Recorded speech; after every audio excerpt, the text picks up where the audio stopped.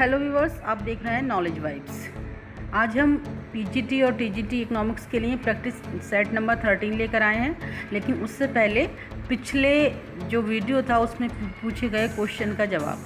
Question था कि मुद्रा प्रेरित मांग प्रेरित स्फीति हो सकती है कच्चे माल के मूल्य में वृद्धि के कारण, बेरोजगारी में तीव्र वृद्धि के कारण, प्रत्यक्ष करारोपण में अधिक गिरावट के कारण या उपभोग व्यय में वृद्धि के कारण। तो देखिए, मांग प्रेरित स्फीति वो स्फीति होगी जब मांग के बढ़ने से महंगाई बढ़ जाए। तो मांग के बढ़ने से महंगाई उस स्थिति में बढ़ेगी जब मांग अचानक इतनी बढ़ जाए कि पूर्ति उसकी अपेक्षा कम रह जाए, या बाज़ार में वस्तुओं की पूर्ति न बढ़े लेकिन अचानक से मांग बढ़ जाए। ऑप्शन है कच्चे माल में मूल्य में वृद्धि के कारण, इससे लागत जन्य स्फीति उत्पन्न होगी। और दूसरा और तीसरे जो ऑप्शन नंबर दे रखे हैं बी और सी, इनसे भी मांग प्रेरित स्फीति उतनी नहीं होगी जितनी होगी उपभोग व्यय में वृद्धि के कारण। इस क्वेश्चन का सबसे सटीक जवाब उपभोग व्यय में वृद्धि है। जब लोग उपभोग व्यय में वृद्धि कर देंगे तो जो बाज़ार में उपलब्ध पूर्ति है उस सामान के लिए, उससे उनकी डिमांड बढ़ जाएगी और मांग प्रेरित स्फीति, जिसे डिमांड पुल इन्फ्लेशन कहते हैं, वो आपको दिखाई देगी। यहाँ पर सही आंसर ऑप्शन डी है। इसके बाद आज का वीडियो हम स्टार्ट करते हैं। हमारे जो इस प्रैक्टिस सेट का पहला क्वेश्चन है वो है, दो राष्ट्रों में यदि एक राष्ट्र को सभी वस्तुओं के उत्पादन में निरपेक्ष लाभ प्राप्त होता है तो कोई तुलनात्मक लाभ प्राप्त नहीं होगा और इसलिए विदेशी व्यापार भी नहीं होगा। व्यापार से कुशल राष्ट्र को लाभ होगा लेकिन अकुशल को नहीं। व्यापार से अकुशल लाभ होगा लेकिन कुशल को नहीं, या उपरोक्त में से कोई नहीं। देखिए, यहाँ पर ऑप्शन नंबर सी सही है। जब बात निरपेक्ष लाभ की जा रही होती है तो यदि एक राष्ट्र को सभी वस्तुओं के उत्पादन में निरपेक्ष लाभ प्राप्त हो रहा है, तो निरपेक्ष लाभ की बात की जा रही है, तो ऐसी स्थिति में जो व्यापार में अकुशल राष्ट्र होगा उसको ज़्यादा लाभ होगा। निरपेक्ष लाभ और सापेक्ष लाभ। निरपेक्ष लाभ का मतलब होता है जो दूसरे देश की तुलना के बिना अपने ही देश में निकाला जाए विभिन्न वस्तुओं पर, और सापेक्ष लाभ का मतलब होता है किसी दूसरे देश के सापेक्ष। तो निरपेक्ष लाभ में व्यापार के से अकुशल राष्ट्र को लाभ होगा लेकिन कुशल राष्ट्र को नहीं होगा या कम होगा। अगला क्वेश्चन है, तुलनात्मक लाभ के तहत दो राष्ट्रों के बीच विशिष्ट वस्तुओं के मुक्त व्यापार से होगी, क्या होगा? संपूर्ण आर्थिक कार्यक्षमता में कमी होगी, दो राष्ट्रों के किसी एक राष्ट्र की वास्तविक मजदूरी स्तर में कमी होगी, दोनों राष्ट्रों की वास्तविक मजदूरी के स्तरों में कमी या वृद्धि होगी, या दो राष्ट्रों में से केवल एक राष्ट्र की वास्तविक मजदूरी में वृद्धि होगी। बात की जा रही है तुलनात्मक लाभ की। जब दो राष्ट्रों के बीच विशिष्ट वस्तुओं के मुक्त व्यापार होगा तो दोनों राष्ट्रों की वास्तविक मजदूरी स्तरों में वृद्धि होगी। रिकार्डो के अनुसार जो लागतों में तुलनात्मक अंतर दो देशों के बीच होता है वही व्यापार संबंध को निर्धारित करता है। रिकार्डो ने तुलनात्मक लागत का सिद्धांत को बताया है, जिसके तहत दो देशों के मध्य लागतों में तुलनात्मक अंतर ही विदेशी व्यापार का कारण है। श्रम के भौगोलिक विभाजन तथा उत्पादन में विशिष्टीकरण के कारण विभिन्न देशों में उत्पादन लागतें भिन्न हो सकती हैं, अतः प्रत्येक देश उन वस्तुओं के उत्पादन में विशिष्टीकरण करेगा जिसमें उसे तुलनात्मक रूप से लाभ अधिक होगा या हानि कम होगी। तो इस क्वेश्चन का जो सही आंसर है वो ऑप्शन नंबर सी होगा। इसके बाद अगला सवाल है, अंतर्राष्ट्रीय व्यापार का हेक्सियर-ओहलिन सिद्धांत भागीदार देशों में व्यापार के आविर्भाव को समझाता है, जिसका आधार है अंतर क्षेत्रीय व्यापार, अपूर्ण प्रतियोगी, अंतर क्षेत्रीय व्यापार और रुचि एवं टेलीकॉम में परिवर्तन। तो देखिए, हेक्सियर-ओहलिन के अंतर्राष्ट्रीय व्यापार के सिद्धांत जो हैं उसको ही आधुनिक व्यापार का सिद्धांत कहा जाता है, और ये अपने सिद्धांत में बताते हैं कि दो देशों के बीच जो व्यापार है वो उनकी उत्पादन लागतों के अंतर के कारण उत्पन्न होता है, और ये अंतर जो है साधनों की मात्रा पर निर्भर करता है। यानी जो उत्पादन के साधन हैं उनकी हर देश में भौगोलिक अवस्था भिन्न है और इसी कारण लागतों में अंतर पैदा होता है। जिस कारण दो देशों के मध्य व्यापार होता है, और इनके प्रस्तुत सिद्धांत का आधार अंतर क्षेत्रीय व्यापार है। यहाँ पर भी ऑप्शन नंबर जो है आपका सी वो करेक्ट होगा। अगला सवाल है, लियोनतीफ के अध्ययन के अनुसार संयुक्त राष्ट्र अमेरिका पूंजी गहन वस्तुओं का निर्यात करता था, संयुक्त राष्ट्र अमेरिका श्रम गहन वस्तुओं का निर्यात करता था, संयुक्त राष्ट्र अमेरिका श्रम गहन वस्तुओं का आयात करता था, या उपरोक्त में से कोई भी नहीं। देखिए, जब हेक्सचर-ओहलिन मॉडल आया तो मॉडल के सत्यापन के संदर्भ में पहला व्यापक प्रत्यय जो था वो लियोनतीफ ने 1951 में प्रस्तुत किया, और लियोनतीफ ने अपने अध्ययन के आधार पर इस विरोधमूलक निष्कर्ष पर पहुंचा कि यद्यपि बाकी दुनिया के मुकाबले में अमेरिका में पूंजी अधिकता है, अमेरिका में जो है वो कैपिटल, जो भी कैपिटल है वो ज़्यादा है और देशों के मुकाबले, और पूंजी के सापेक्ष बड़ी मात्रा में जो श्रम को देखा जाएगा वो कम है, फिर भी अमेरिका ने श्रम गहन वस्तुओं का निर्यात किया और पूंजी गहन वस्तुओं का आयात किया। इस निष्कर्ष को लियोनतीफ विरोधाभास कहते हैं। तो यद्यपि अमेरिका में पूंजी की अधिकता है, फिर भी उसने जो है जो आपका श्रम गहन वस्तुओं थी उनका निर्यात किया, जबकि हेक्सचर-ओहलिन के अकॉर्डिंग यदि पूंजी की अधिकता है तो पूंजी गहन तकनीक का वो निर्यात करेगा, यदि श्रम की अधिकता है तो श्रम गहन तकनीक से उत्पादित वस्तुओं का वो देश निर्यात करेगा। तो इसी विरोधाभास को लियोनतीफ बताते हैं कि यद्यपि अमेरिका में पूंजी की अधिकता थी, लेकिन जो निर्यात था वो था श्रम गहन चीज़ों का। तो यहाँ पर जो था ऑप्शन नंबर बी आपका जो है वो राइट आंसर होगा। इसके बाद अगला क्वेश्चन है, विशेष आर्थिक क्षेत्र SEZ किसकी देन है? विशेष आर्थिक क्षेत्र जिसे स्पेशल इकोनॉमिक जोन कहते हैं। सबसे पहले ये वर्ड कब, कहाँ और कैसे इस्तेमाल हुआ, क्वेश्चन में ये पूछा गया है। इसमें पहला ऑप्शन है आपकी आयात निर्यात नीति 2002 में, और सरकारी नीति में, नई आर्थिक नीति में, या मौद्रिक नीति में। ठीक है, तो इस वर्ड का जो सबसे पहले इस्तेमाल किया गया था वो आपकी नई आर्थिक नीति में किया गया था, और सन 2006 में किया गया था। यहाँ पर ऑप्शन नंबर सी सही है। इसके बाद आएगा आपका नेक्स्ट क्वेश्चन, संतापकारी वृद्धि या समृद्धि की संकल्पना किसने प्रतिपादित की? तो ऑप्शन है जगदीश भगवती, जैकब वार, पॉल सैमुअल्सन या रॉल्फ प्रेबिश। तो देखिए आंसर हो जाएगा आपका option number A. Jagdish Bhagwati के अनुसार अल्पविकसित देशों में विकास की शर्तों में विकृति आती है जब अर्थव्यवस्था के विकास से निर्यातित वस्तुओं का अधिक उत्पादन हो या फिर निर्यात की मांग बेलोच हो। वृद्धि स्थिर वस्तु कीमतों का निर्यात करके घरेलू उत्पादन को कम करती है। यह है संतापकारी वृद्धि की संकल्पना जो डॉक्टर जगदीश भगवती द्वारा प्रस्तुत की गई। इसके बाद अगला क्वेश्चन है कि आयात की औसत प्रवृत्ति क्या होगी? तो जो आयात की औसत प्रवृत्ति है वो होती है आपकी कुल आयात बटे समग्र राष्ट्रीय आय। ऑप्शन नंबर ए आपका यहाँ पर सही है, यानी कुल आयातों की जो मूल्य है उस मूल्य को अगर आप पूरी जो समग्र राष्ट्रीय आय है उस राष्ट्रीय आय से डिवाइड कर दें तो आपको आयात की औसत प्रवृत्ति प्राप्त होगी। इसके बाद आपका आता है नेक्स्ट क्वेश्चन,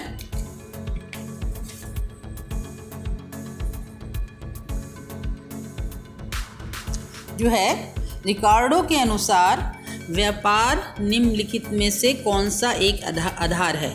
यानी रिकार्डो जो हैं वो इनमें से किस को एक व्यापार का आधार बताते हैं? अंतर्राष्ट्रीय व्यापार की यहाँ पर बात हो रही है। तो ऑप्शन नंबर ए है परिवहन लागतें, नंबर 2 है उत्पादन के साधनों की गतिशीलता, नंबर 3 है श्रम लागतें, या फिर प्राकृतिक संसाधन। तो देखिए रिकार्डो ने जो है तुलनात्मक लागत के सिद्धांत का प्रतिपादन किया था और उन्होंने श्रम की लागतों को अंतर्राष्ट्रीय या एक देश से दूसरे देश के बीच व्यापार का कारण बताया था। रिकार्डो के अनुसार जब दो देश जब दो देश वस्तुओं का उत्पादन सापेक्षिक रूप से भिन्न भिन्न श्रम लागतों के आधार पर करते हैं तो प्रत्येक देश के लिए लाभदायक होगा कि वे उन वस्तुओं का उत्पादन में विशिष्टीकरण प्राप्त करें जिनकी लागत सापेक्षिक रूप से कम हो या फिर न्यूनतम हो। ऑप्शन नंबर सी यहाँ पर आपका सही आंसर है। इसके बाद जो अगला क्वेश्चन है वो है, कौन सा वक्र एक वस्तु की मांग को दूसरी वस्तु की पूर्ति के संबंध में परिभाषित करता है? तो देखिए यहाँ पर जो आपके दे रखे हैं ऑप्शंस वो हैं प्रस्ताव वक्र, लॉफर वक्र, फिलिप्स वक्र और लॉरेंज कर्व। क्वेश्चन देख लीजिए, कौन सा वक्र वस्तु की मांग को दूसरी वस्तु की पूर्ति के संबंध में परिभाषित करता है? तो यहाँ आपका जो आंसर होगा वो होगा ऑप्शन नंबर ए, प्रस्ताव वक्र। प्रस्ताव वक्र जो होता है वो एक वस्तु की मांग को दूसरी वस्तु की पूर्ति के संबंध में परिभाषित करता है और मार्शल ने प्रस्ताव वक्र अवधारणा को बताया है। प्रस्ताव वक्र एक विशेष प्रकार का मांग वक्र होता है जो किसी देश की एक वस्तु की उस मात्रा को प्रदर्शित करता है जो वो देश दूसरे देश से किसी अन्य वस्तु के बदले प्राप्त करने के लिए तैयार होता है।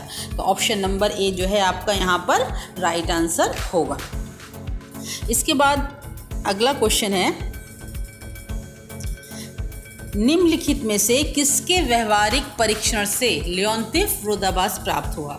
ये क्वेश्चन बहुत हल्का है, पिछले वीडियो में और इस वीडियो में भी इससे पहले इसका डिस्कशन हो चुका है। यहाँ पर आपका आंसर है हेक्सियर-ओहलिन का सिद्धांत जो था उसको उन्होंने प्रैक्टिकली अमेरिका पर जो है उसका एक्सपीरियंस किया और बताया कि अमेरिका की जो आयात निर्यात की व्यवस्था थी वो हेक्सियर-ओहलिन के सिद्धांत से बिल्कुल विपरीत थी। ये यहाँ पर ऑप्शन नंबर ए आपका सही होगा। इसके बाद आ जाएगा, भारत में सबसे ज़्यादा प्रत्यक्ष विदेशी निवेश का प्रवाह किस क्षेत्र में हुआ है? तो ये क्वेश्चन तो कॉमन सेंस से भी लगाया जा सकता है। इसका ऑप्शन है डी, टेलीकॉम और शक्ति। इसके बाद जो हमारा अगला क्वेश्चन है वो है क्वेश्चन नंबर 12 है कि क्लासिकल अर्थशास्त्रियों के अनुसार अंतर्राष्ट्रीय व्यापार के लिए अलग सिद्धांत की आवश्यकता क्यों पड़ी या क्यों होती है? ऑप्शन है आपके कि भारत में राष्ट्रों में भौगोलिक अंतर के कारण, मुद्राओं में भिन्नता के कारण, यातायात के लागत के कारण या साधनों की गतिशीलता न होने के कारण। तो देखिए, जो अंतर्राष्ट्रीय व्यापार है और क्लासिकल अर्थशास्त्रियों की बात की जा रही है तो उन्होंने कहा है कि राष्ट्रों में भौगोलिक अंतर के कारण ही अंतर्राष्ट्रीय व्यापार के लिए एक अलग सिद्धांत की आवश्यकता है, क्योंकि जो अलग अलग राष्ट्रों का भूगोल जिसे आप कहते हैं वो अलग है, यानी जलवायु अलग है, वहाँ की भूमि की उत्पादकता अलग है, वहाँ पर जो कोयला है या जो भी वहाँ खनिज संसाधन या जिस तरह के रिसोर्सेज हैं वो सब अलग स्थिति में हैं और अलग क्वालिटी के हैं। इसलिए जो है राष्ट्रों के भौगोलिक अंतर के कारण अंतर्राष्ट्रीय व्यापार के लिए एक अलग से सिद्धांत की आवश्यकता है। क्लासिकल अर्थशास्त्रियों का ऐसा मानना है। ऑप्शन नंबर ए आपका सही है। इसके बाद अगला है कि निम्नलिखित में से कौन सा क्लासिकल अर्थशास्त्रियों के विचार को व्यक्त करता है? क्लासिकल अर्थशास्त्रियों के विचार के बारे में पूछा गया है। देश में साधन पूर्णतः गतिशील होते हैं, देश में साधन पूर्णतः अगतिशील होते हैं, देश में साधन अधिक गतिशील होते हैं या फिर देश में साधन कम गतिशील होते हैं। तो यहाँ पर जो है आपका ऑप्शन नंबर ए सही होगा।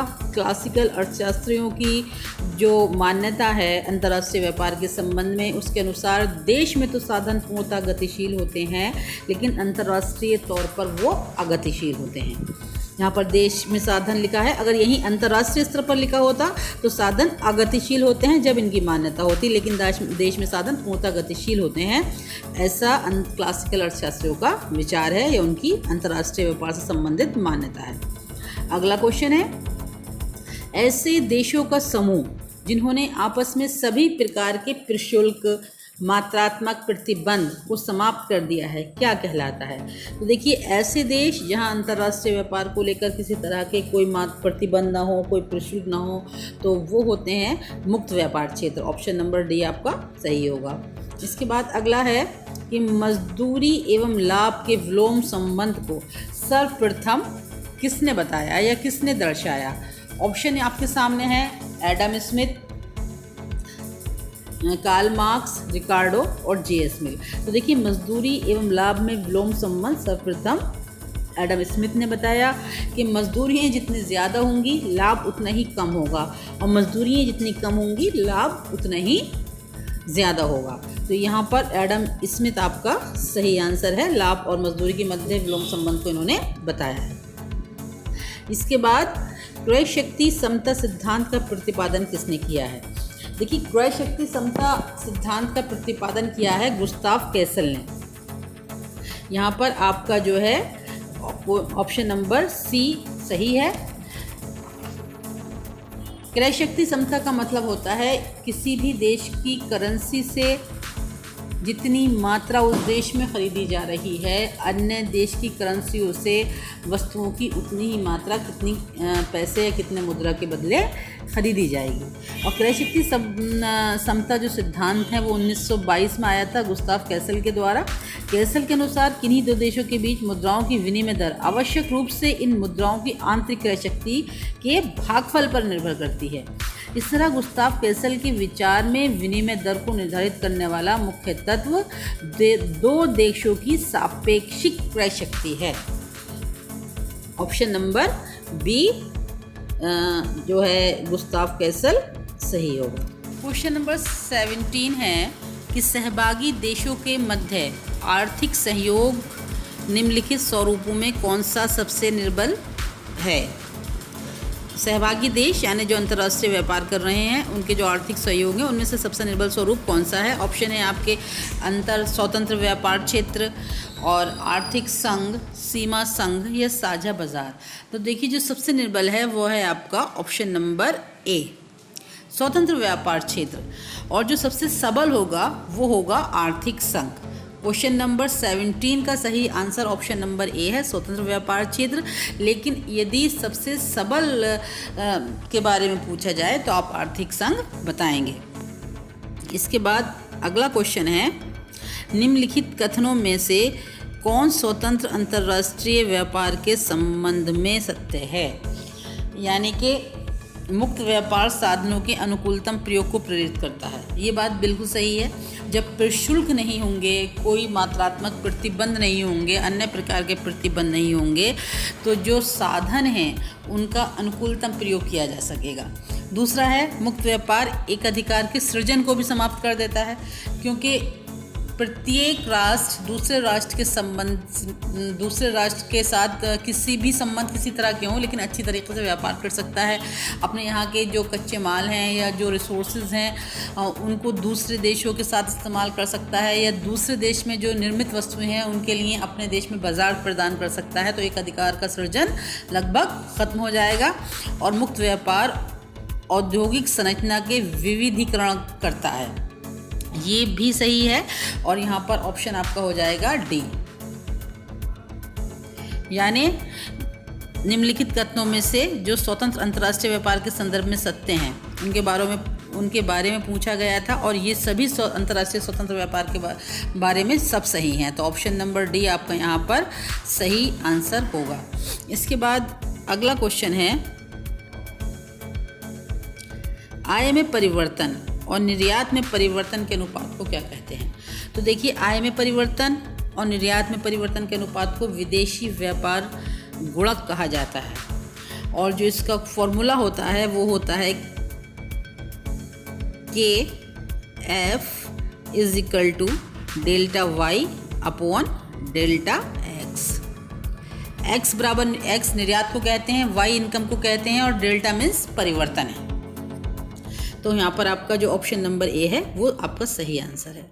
इसके बाद क्वेश्चन नंबर 20 पर आ जाते हैं, जो है क्लासिकल अंतर्राष्ट्रीय व्यापार सिद्धांत के लिए निम्नलिखित में से कौन सा एक सत्य नहीं है? ऑप्शन है आपके, लागतों को श्रम इकाइयों में नापा जाता है, उत्पादन परिवर्तनशील लागतों के अंतर्गत होता है, उत्पादन के साधन देश में गतिशील हैं परंतु दूसरे देशों के मध्य नहीं है, दूसरे देश के मध्य नहीं है, या फिर परिवहन लागत शून्य होती है। तो देखिए अब क्वेश्चन में है क्लासिक अंतर्राष्ट्रीय व्यापार सिद्धांत के संबंध में कौन सी शर्त सत्य नहीं है। तो इकाइयों लागतों को श्रम इकाइयों में नापा जाता है, ये बिल्कुल सही है। जो साधन है वो एक देश के अंदर ही गतिशील हैं और अंतर्राष्ट्रीय स्तर पर वो गतिशील नहीं है, ये भी सही है। और इसके बाद वाला आपका जो है कि परिवहन लागत को इन्होंने शून्य माना है, ये भी सही है। यहाँ पर सत्य नहीं के बारे में पूछा है तो ऑप्शन नंबर बी सत्य नहीं है। यहाँ इनके अकॉर्डिंग जो उत्पादन होता है वो स्थिर तकनीक के आधार पर होता है। ऑप्शन नंबर बी सही आंसर है। इसके बाद एक क्वेश्चन आप लोगों के लिए है कि दो देशों के मध्य व्यापार होता है क्योंकि वस्तुओं की दुर्लभता है, उसका कारण लागतों में निरपेक्ष अंतर है, लागतों में तुलनात्मक अंतर है या लागतों में समान अंतर है। तो यहाँ पर जो सबसे सही आंसर है उसको आप आंसर माने। बहुत सारे क्वेश्चन जो इकोनॉमिक थॉट से रिलेटेड होते हैं उनमें एक से ज़्यादा आंसर आपको अक्सर सही लग सकते हैं, लेकिन जो सही आंसर माना जाता है वो या तो पिछली परीक्षाओं में पूछे गए अगर सवाल हैं तो आयोग द्वारा निर्धारित सही आंसर होगा, और अन्यथा जो सबसे सटीक आंसर होगा उसको आपको टिक करना होता है। तो ये क्वेश्चन आपके लिए हैं। वीडियो अगर पसंद आया हो तो वीडियो को लाइक, चैनल को सब्सक्राइब और हमारे वीडियो को शेयर करना ना भूलें। Thank you.